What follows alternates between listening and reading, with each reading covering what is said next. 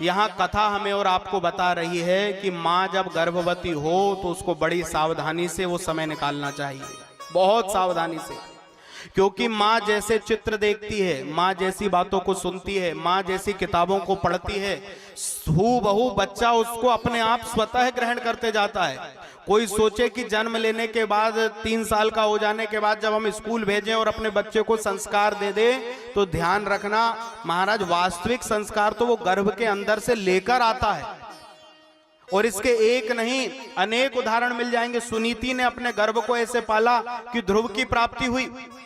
आज कयाधु राक्षसों के बीच में नहीं रही, कयाधु को देवऋषि नारद ले गए, नारद जी के आश्रम में रही तो नारायण नाम की दीक्षा गर्भ के अंदर ले ली। और मैं हमेशा कहता हूं महाराज कि आप इसका बिल्कुल प्रैक्टिकल प्रभाव यदि अपने जीवन में देखना चाहते हैं तो आप देखो कि महाराज पहले के समय के जो बच्चे हैं वो 20-20, 25-25 साल के हो गए, तब तक भी उनको मोबाइल चलाना नहीं आया। लेकिन आजकल 2 साल का बच्चा मोबाइल के फंक्शन खोल लेता है। बोले क्यों? 9 महीने तक माँ मोबाइल चलाती है तो बच्चा गर्भ से सीख कर आ रहा मोबाइल चलाना। हाँ, प्रैक्टिकल है ये हमारी आंख के सामने। जैसे चित्र मां देखेगी, जैसी बातों को मां सुनेगी, स्वतः संतान उसको ग्रहण कर लेती है। बोले गर्भ से बच्चे को, कैसे बच्चे को जन्म देना है, ये संकल्प मां जब बच्चा गर्भ में रहे तभी ले लेना चाहिए और फिर उन आचरणों को करे। सुखदेव जी कहते हैं, राजन कयाधु नंदन ने जब जन्म लिया, नाम प्रहलाद रखा गया। हिरण्यकश्यप ब्रह्मा जी से वरदान लेकर लौटा है, इंद्रासन पर कब्जा कर लिया और एक दिन छोटे से पुत्र प्रहलाद को गोदी में बिठाकर गुरुओं को कहा कि जाओ इसे आसुरी शिक्षा से शिक्षित करो। संडामर्क गुरु प्रहलाद को लेकर के गए, बहुत पढ़ाने की कोशिश करी, आसुरी धर्म सिखाया, लेकिन नहीं, गर्भ के जो संस्कार हैं वो मिट नहीं सकते। भगवान नारायण के नाम का ही उपदेश उनको किया है। फिर हिरण्यकश्यप के पास में लाया गया। हिरण्यकश्यप ने पूछा, बेटा इतने दिनों में तूने क्या पढ़ा, क्या सीखा? तो अपने पिताजी को नवधा भक्ति का उपदेश कर दिया प्रहलाद ने।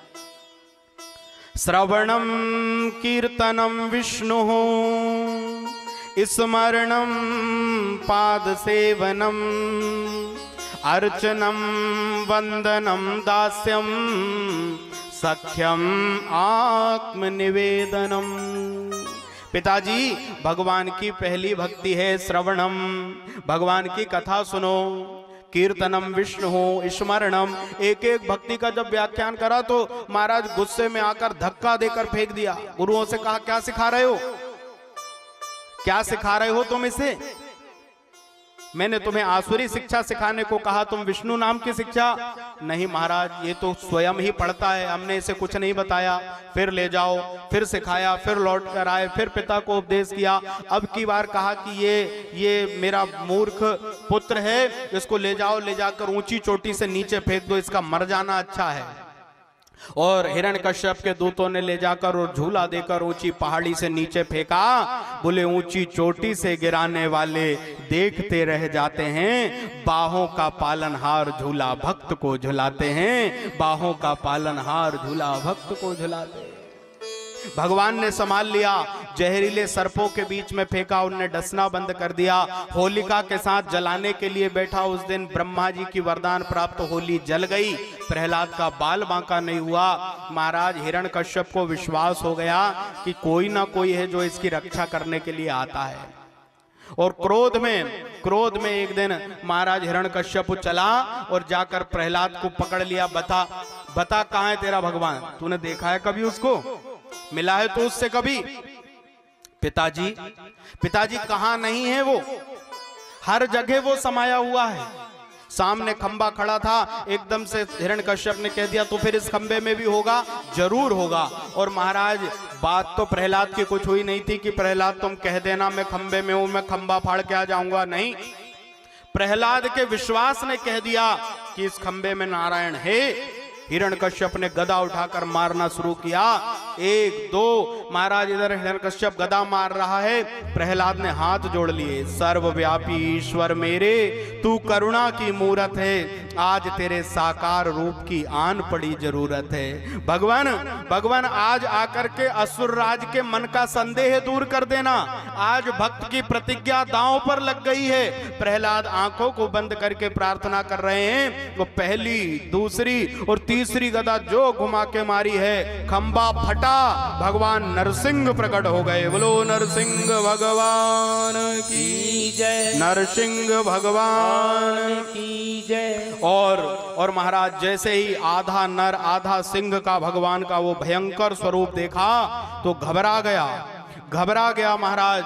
नहीं, तुम मुझे नहीं मार सकते, मैंने ब्रह्मा से बहुत सारे वरदान ले लिए हैं। भगवान ने कहा आज तेरे एक एक वरदान याद दिलाऊंगा हिरण्यकश्यपु, और उसको गोदी में लेकर के बैठ गए। भगवान पसीना पसीना हो गया, लंबी लंबी सांसें चल रही हैं। भगवान कहते हैं देख सकता है तो देख मुझे, मैं आया बनकर काल हूं, जिससे बचकर तू निकल ना पाए। मैं मृत्यु रूप विकराल हूं, ना दिन की ये शुरुआत है, ना गहरी काली रात है, ना सूर्य तप रहा तेज है, ना तारों की बरसात है। समय की गति को देख जरा, मैं आया सायंकाल हूं, देख सकता है तो देख मुझे, मैं आया बनकर काल हूं।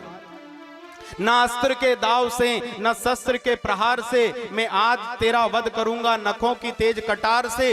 प्रचंड रौद्र रूप बना, मैं तेरा अंत काल हूं, देख सकता है तो देख मुझे, मैं आया बनकर काल हूं। अब वरदान ब्रह्मा का न तुझे कोई बचा पाएगा, मौत का पैगाम आज तुझे बहा ले जाएगा। मुझ में फंसकर तू निकल ना पाए, मैं ऐसा जंजाल हूं, देख सकता है तो देख मुझे, मैं आया बनकर काल हूं।